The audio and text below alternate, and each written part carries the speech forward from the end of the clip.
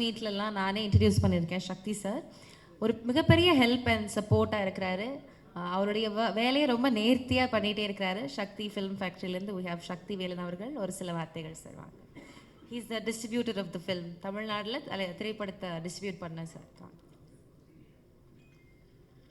அனைவருக்கும் வணக்கம். பிரியதர்ஷினி மேடம் சொல்லும்போது ஒன்று சொன்னாங்க.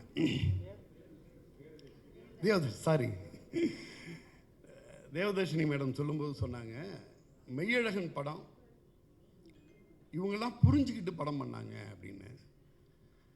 நான் நினைக்கிறேன், மெய்யழகன் படம் நிறைய மெய்யழகன்களால் உருவாக்கப்பட்டதுன்னு நினைக்கிறேன். இதை புரிஞ்சுக்கலாம் முடியாது. நீங்கள் வாழ்க்கையில் ஒரு அங்கமாக வாழ்க்கையாக பார்த்தா மட்டும்தான் இந்த மெய்யழகனை புரிஞ்சுக்க முடியும். ஒரு நம்மளோட படம் வெளியீட்டுக்கு 2 நாளைக்கு முன்னாடி சத்யம் திரையரங்கத்தில் ப்ரீமியர் ஷோ போட்டிருந்தோம். ப்ரீமியர் ஷோ போட்டு முடித்ததுக்கு பிறகு எல்லாரும் நிறைய கருத்துக்களை சொல்லிக்கிட்டு இருந்தாங்க. அப்போது சூர்யா அண்ணா கிட்ட நான் இது சம்மந்தமாக கேட்குறாங்க. சூர்யா அண்ணா கேட்குறாங்க, படம் பார்த்தவங்களுக்கெல்லாம் படம் பிடிச்சிருந்துச்சா, அவங்களோட ஃபீட்பேக் என்ன மாதிரி இருந்துச்சு அப்படின்னு சொல்லிட்டு. நிறைய பேரோட ஃபீட்பேக் அவ்வளோ அன்பாக இந்த படத்தை பற்றி அவ்வளோ டீட்டெயிலாக, யார் பேசினாலும் ஒரு 10 நிமிஷம் 5 நிமிஷம்லாம் பேசுகிறது இல்லை, அவங்க பாட்டில் ஒரு அரை மணி நேரம் பேசுகிறாங்க. அவ்வளோ ஃபீட்பேக் இருக்குது, நிறைய அன்பு இருக்குது. இதை எதை நான் முன்னாடி சொல்கிறது அப்படின்னு சொல்லிட்டு, எதை சொன்னால் சரியாக இருக்கும் அப்படின்னு சொல்லிட்டு ஒரு விஷயத்த சொன்னேன். என்னுடைய நண்பர் ஒரு தயாரிப்பாளர் சமீபத்தில் ஒரே நேரத்தில் 3 படங்களை தயாரிச்சுக்கிட்டு இருக்காரு. அவர் அன்னைக்கு அந்த படத்தை பார்க்குறாரு. அந்த படத்தை பார்த்துட்டு அவர் வெளியில் வரும்போது என்கிட்ட சொன்ன ஃபீட்பேக் என்னென்னா, 3 படம் தயாரிச்சுக்கிட்டு இருக்கேன், இரவு போய் நான் படுக்கையில் என்னால் ஒழுங்காக தூங்க முடியலை, அவ்வளோ ப்ரெஷர் இருக்குது. மெய்யழகன் படம் பார்த்துட்டு என்னோட மனசு லேசாக இருக்குது, நான் இன்னைக்கு போய் நிம்மதியாக தூங்குவேன், மனுஷங்க மேலே எனக்கு நம்பிக்கை வருதுன்னார். மெய்யழகன் படம் பார்த்துட்டு அவர் சொன்ன வார்த்தை, மனுஷங்க மேலே எனக்கு நம்பிக்கை வருது, இன்னைக்கு இரவு என் மனசு லேசாகி நல்லா தூங்குவேன் அப்படின்னாரு. அடுத்து அவர் சொன்ன வார்த்தை, அந்த மெய்யழகன் கதாபாத்திரத்தை இன்ச்சு பை இன்ச்சாக நான் ஃபாலோ பண்ணிக்கிட்டே இருக்கேன், நான் என்னென்னலாம் என்னை சரி பண்ணிக்கணும், நான் அந்த மெய்யழகனில் ஒரு 20% 30% ஆகிறதுக்கு நான் என்ன பண்ணணும் அப்படின்னு சொல்லிட்டு என்னை நான் திருத்திக்கிறதுக்கு, என்னை நான் அப்டேட் பண்ணிக்கிறதுக்கு ட்ரை பண்ணுறேன் அப்படின்னு ஒருத்தர் நெகிழ்ச்சியாக சொல்லியிருந்தார். நான் அந்த விஷயத்தை தான் சூர்யா அண்ணாட்ட சொன்னேன். ஒரு தயாரிப்பாளர் படம் பார்த்துட்டு 3 படங்கள் பண்ணிக்கிட்டு இருக்க தயாரிப்பாளர் இது மாதிரி சொன்னார். இது தவிர்த்து அன்னைக்கு பெரும்பான்மையான பத்திரிகையாளர்கள் இந்த படத்தை முழுசாக புரிஞ்சு, இன்னும் சொல்லப்போனால் பர்டிகுலராக எழுத்து ஊடகத்தில் இருக்கக்கூடிய பத்திரிகையாளர்கள் இந்த படத்தை பற்றி புரிதலோட அவங்க வாழ்த்தின விதமும், ஒரு படத்தை எடுத்து ப்ரொஜெக்ட் பண்ண விதமும் கணக்கிலே அடங்காது, அப்படி சொல்லியிருந்தாங்க. நான் இதையெல்லாம் சொல்லிவிட்டு சூர்யா அண்ணாக்கிட்ட இதை நான் சொல்கிறேன். இப்போ நான் இந்த தயாரிப்பாளரை பற்றி சொல்கிறேன், பத்திரிகையாளர்கள் சொன்ன பாராட்டுதலை பற்றி சொல்கிறேன். சொன்னதுக்கு பிறகு சூர்யா அண்ணா மறுபடியும் கேட்ட வார்த்தை, மக்கள் எல்லாருக்குமே இந்த படம் பிடிக்கும் இல்லையா, 2Dயில் இந்த படம் பண்ணியிருக்கோம், அது மக்களுக்கு திருப்தியானதாக இருக்கும் இல்லையா அப்படின்னு கேட்டாங்க. அப்போ நான் சொன்னேன், ஆனால் 2Dயில் பண்ண படங்களில் இந்த படம் ரொம்ப ரொம்ப முக்கியமான படம். இந்த படம் உங்களுக்கும் சரி, உங்கள் நிறுவனத்துக்கும் சரி, என்ன மாதிரியான மரியாதை இருக்கோ அதோட மற்றும் ஒரு மகுடம் வச்ச மாதிரி தான் இது இருக்கும் அப்படின்னு நான் சொன்னேன். சொல்லிக்கிட்டு இருக்கும்போதே இடைமறைச்சி ஒன்று சொன்னார். அது என்னையா உங்கள் கம்பெனி நம்ம கம்பெனின்னு சொல்லுனார். ஒரு நிமிஷம் ஆடி போனேன். தமிழகத்தின் கடைகோடியிலேருந்து வந்த ஒருத்தன் நான். அவர் புகழோட உச்சத்தில் வெளிச்சத்தில் அவர் இருக்கிற இடம் வேற. அவர் அந்த மாதிரி ஒரு வார்த்தையை சொல்லணும். நான் பார்த்துக்கிட்டு இருக்கேன், நான் பேசிக்கிட்டு இருக்கேன், எனக்கு எதிராக வாழ்ந்துக்கிட்டு இருக்க மெய்யழகனாக தான் சூர்யா அண்ணனை பார்த்தேன். யார் இந்த படத்தை புரிஞ்சிக்க முடியும்? சூர்யா அண்ணா மாதிரி ஒரு ப்ரொடியூசர் புரிஞ்சிக்க முடியும். ஃபோனில் ரொம்ப நேரம் பேசிக்கிட்டு இருந்தேன். பேசி முடிச்சுட்டு ராஜா அண்ணன்ட்ட வந்தேன். சூர்யா அண்ணா பேசும்போது நான் இது மாதிரி தவறுதலாக ஒரு வார்த்தை சொல்லிட்டேன், உங்களுக்கும் உங்கள் கம்பெனிக்குன்னு சொல்லிட்டேன், நம்ம கம்பெனின்னு சொல்லியா அப்படின்னு சொல்லிட்டாங்க. எனக்கு ஒரு மாதிரி ஆயிடுச்சு, ஃபர்தராக நான் என்ன பேசுகிறதுன்னு தெரியல அப்படின்னு சொல்லிட்டு ராஜா அண்ணன்ட்ட சொன்னேன். அது எப்படி அப்படி சொல்லுவேன், அது நம்ம கம்பெனின்னு தானே சொல்லியிருக்கணும்னாரு மெய்யழகன் 2.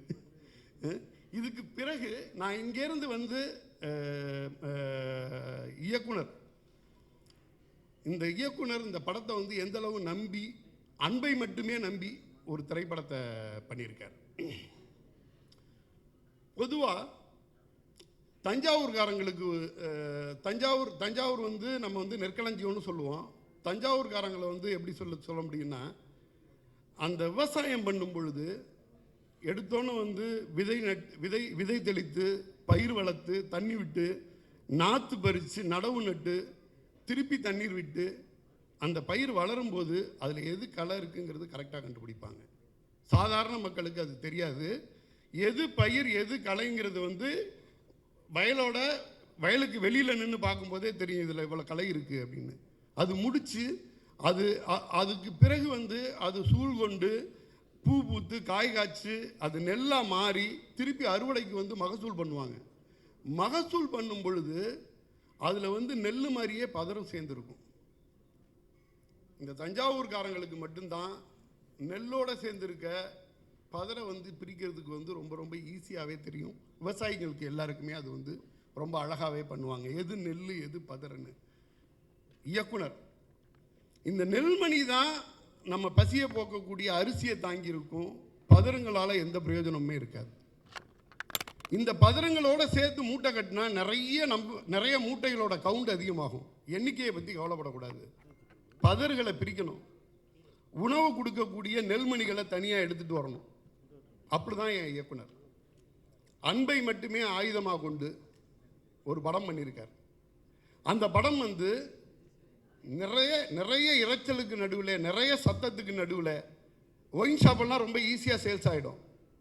ஒயின் ஷாப்புக்கு வந்து நம்ம ப்ரொமோட் பண்ண வேண்டியதில்லை. மதுக்கடைகள் வந்து காலையில் 9 மணிக்கே கூட்டமாக வந்து நின்றுவாங்க. நம்ம எதை விற்கிறோம் எதை கொடுக்குறோங்கிறது ரொம்ப முக்கியம். 2D மாதிரியான ஒரு நிறுவனத்தில் ஒரு படம் பண்ணும் பொழுது நம்ம எதை கொடுக்கணும்னு ஒன்று யோசிச்சார் பாருங்க, அன்பை கொடுக்கணும்னு நினச்சாரு. இந்த படம் பெரும்பான்மையானவர்களுக்கு வந்து ஒரு தெரபி மாதிரி இருந்துச்சுன்னாங்க. இந்த படம் பார்த்துட்டு மனசு வந்து தெரபி மாதிரி இருந்துச்சுன்னாங்க. தேவதர்ஷினி மேடம் சொல்லும்போது சொன்னாங்க, ஆண்களுக்குள்ள உள்ள பெண்மையும் பெண்மையில் உள்ள ஆண்மையும் எடுத்துகிட்டு வந்துச்சு அப்படின்னு. ஆண்கள் வந்து அழுது, அது ஆண் பெண்ணே கிடையாது. இந்த அழுகை நெகிழ்ந்து வந்து நெகிழ்ந்து அழுதாங்க. இது வந்து மக்களை வந்து அசுவாசப்படுத்துறது. இப்போ நான் வியாபாரத்தில் இருக்கேன், நான் ஒரு டிஸ்ட்ரிபியூட்டர். நான் வேறு மாதிரியான படங்களை வெளியிடணும், நிறைய படங்களை வெளியிட்டு இருக்கோம், நிறைய படங்கள் டெய்லி ஓடிட்டு இருக்கோம். மாதத்துக்கு ரெண்டு முறை இதே பத்திரிகை நண்பர்களை சந்திச்சிட்டு இருக்கேன். ஆனால் நான் படம் பண்ணும் பொழுது மெய்யழகன் மாதிரியான ஒரு படம் வந்து என்ன அசுவாசப்படுத்திக்க வச்சுக்குது, எனக்கான நிம்மதியை கொடுக்குது, எனக்கான மகிழ்ச்சியை கொடுக்குது. அப்போது நம்ம எதை கொடுக்குறோங்கிறது ரொம்ப முக்கியம். அது மாதிரி நான் இதை கொடுப்பேன், நான் அன்பை மட்டுமே கொடுப்பேன், மக்களுக்கு அன்பை மட்டுமே விதைப்பேன்னு சொல்லிட்டு ஒரு இயக்குனர் வந்தால் அந்த இயக்குனரை தலைமையில தூக்கி வச்சு கொண்டாட வேண்டியது வந்து நம்ம திரைத்துறை சார்ந்த அத்தனை பேரோட கடமையாக தான் பார்க்குறேன். அதை வந்து அத்தனை பத்திரிகையாளர்கள் பண்ணியிருந்தாங்க. நான் பேர் கூட அப்படியே சொன்னால் ஒரு பெரிய லிஸ்ட்டு போகும். இப்போ கூட சோமு சார் பேசினார், ஒரு மிகப்பெரிய ஆர்டிக்கலை எழுதிட்டு அந்த ஆர்டிக்கல் எனக்கு அனுப்பிச்சி வச்சுருந்தார். நான் அதில் 2 ஆர்டிக்கல், மொதல் ஆர்டிக்கலை முழுசாக படிச்சுட்டு இந்தந்த பாயிண்ட் அருமையாக பண்ணியிருக்கீங்கன்னு சொல்லிட்டு போட்டிருந்தேன். இதில் 2வது ஆர்டிக்கல் நீங்கள் படிக்கலை, இது வந்து விமர்சனமாக எழுதலை, இது ஒரு கடமையாக நான் வந்து இதை ரசித்து சிலாகித்து எழுதியிருக்கேன் அப்படின்னாரு. ஒரு படைப்பு மக்கள்கிட்ட போய் சேரும் பொழுது என்ன மாதிரியான படைப்புகள் மக்கள்கிட்ட போய் சேரணுங்கிறதுல பத்திரிகையாளர்களோட கடமை ரொம்ப அதிகம். அதை மிக சிறப்பாக செஞ்சு கொடுத்தீங்க, அதுக்கு எங்களோட முதற்கண் நன்றியை தெரிவிச்சுக்கிறேன். கார்த்திக் சாரோட படம், கார்த்திக் சார் வந்து இது வரைக்கும் 27 படம் பண்ணியிருக்காங்க. அதில் 14 படம் நான் வெளியிட்டிருக்கேன். டிஸ்ட்ரிபியூஷனில் பாதி படங்கள் டிஸ்ட்ரிபியூஷனில் ஒர்க் பண்ணியிருக்கேன், பாதி படங்கள் நான் வந்து வெளியிட்டிருக்கேன். நான் வந்து அதிகமாக டிஸ்ட்ரிபியூஷனில் நான் வெளியிட்ட ஒரு ஹீரோவோட அதிகமான படம்னா அது கார்த்திக் சாரோட படம் தான். மெய்யழகன் அப்படிங்கிறது வந்து ஒரு கார்த்திக் சார் ஃபிலிம் பண்ணும் பொழுது அது பை டிஃபால்ட்டாகவே எந்த ஊரில் என்ன மாதிரி ரிசீவ் பண்ணுவாங்க, எந்த படத்தை எந்த ஊரில் எடுத்துப்பாங்க, இது எல்லாமே வந்து மெமரியில் வந்து அது பாட்டில் கிடக்கும். எனக்கு வந்து கார்த்திக் சார் படம் பண்ணுறதுங்கிறது வந்து அது வந்து ஒர்க்காக இருக்காது, அது ஆத்மாத்மாக பண்ணக்கூடிய ஒரு விஷயமா இருக்கும். நான் இந்த படத்தை எடுத்துகிட்டு போகும்போது எனக்கு டபுள் இன்ஜின் போட்ட மாதிரி மெய்யழகன் நான் முன்னாடி படம் பார்த்துட்டேன், அதோட எனர்ஜி லெவல் வேறையாக இருந்துச்சு, அதோட எனர்ஜி மீட்டர் லெவல் வேறையாக இருந்துச்சு. நான் வந்து தேட்டருங்களில் வந்து நிறைய வந்து நெகோசியேஷன் பண்ணேன். ரிலீஸுக்கு நாள் வரைக்கும் பாதி திரையரங்குகள் போடாமல் இருந்தேன். ஆனால் அன்புள்ளத்தோடு அந்த திரையரங்கு உரிமையாளர்கள் தமிழ்நாட்டில் உள்ள அத்தனை திரையரங்குகளையும் அதை வந்து அழகாக திரையிட்டு கொடுத்தாங்க. எங்கே பார்த்தாலும் அது வந்து போய் சேர்ந்துச்சு. இந்த இடத்துல இந்த திரையரங்க உரிமையாளர்களுக்கு என்னுடைய நன்றியை தெரிவித்துக் கொள்கிறேன்.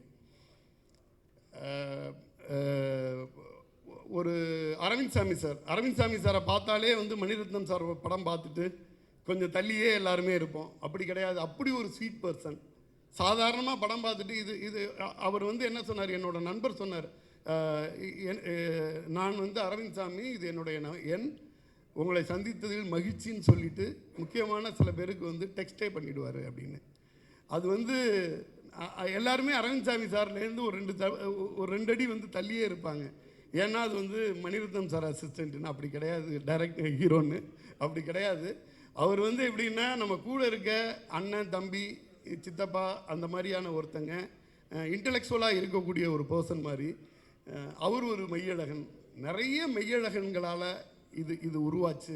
இதில் உள்ள ஒவ்வொரு டெக்னீஷியனும், ஒரு எழுத்தாளர் கார்த்திக் நேத்தாவாக இருக்கட்டும், அவங்க உமாதேவி மேடமாக இருக்கட்டும், இதில் ஒவ்வொருத்தங்களும் இதில் பங்கு பெற்ற ஒவ்வொருத்தங்களும் இந்த படத்தை வந்து தூக்கி பிடிச்ச விதமாகட்டும், இதை எடுத்துகிட்டு போய் சேர்த்த விதமாகட்டும், மிகப்பெரிய முக்கியமான ஒரு படமாக இன்றைக்கி வந்து நின்றுட்டுருக்கு. தமிழகம் எங்கும் மக்களின் பேரன்போட மிக சிறப்பாக ரன் ஆகிக்கிட்டு இருக்கு. இந்த திரைப்படம் நான் வெளியிடுவதில் மிக பெருமிதம் கொள்கிறேன். நம்ம இயக்குனர் பிரேம் சாரோட 96 படத்தை நான் வெளியிடலன்னு வருத்தப்பட்டிருக்கேன். மெய்யழகன்னு ஒரு படத்தை வெளியிட்டதில் பெருமைப்பட்டிருக்கேன்.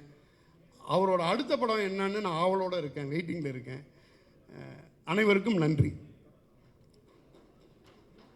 இத்துடன் எனக்கு வந்து இந்த படம் எனக்கு பர்சனலாக ரொம்ப முக்கியமான படமாக நான் நினைக்கிறேன்.